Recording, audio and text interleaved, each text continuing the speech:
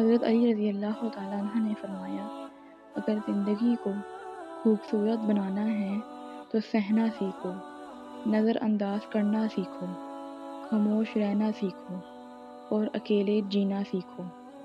اللہ سے مانگنے کی دو قیمتی چیزیں۔ رسول اللہ صلی اللہ علیہ وآلہ وسلم نے فرمایا، اللہ سے معافی اور عافیت کا سوال کرو، کیونکہ کسی کو ایمان نصیب ہو جانے کے بعد عافیت سے بہتر کوئی چیز عطا نہیں کی گئی۔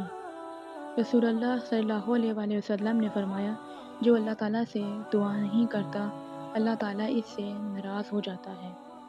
صحیح مسلم حدیث 494۔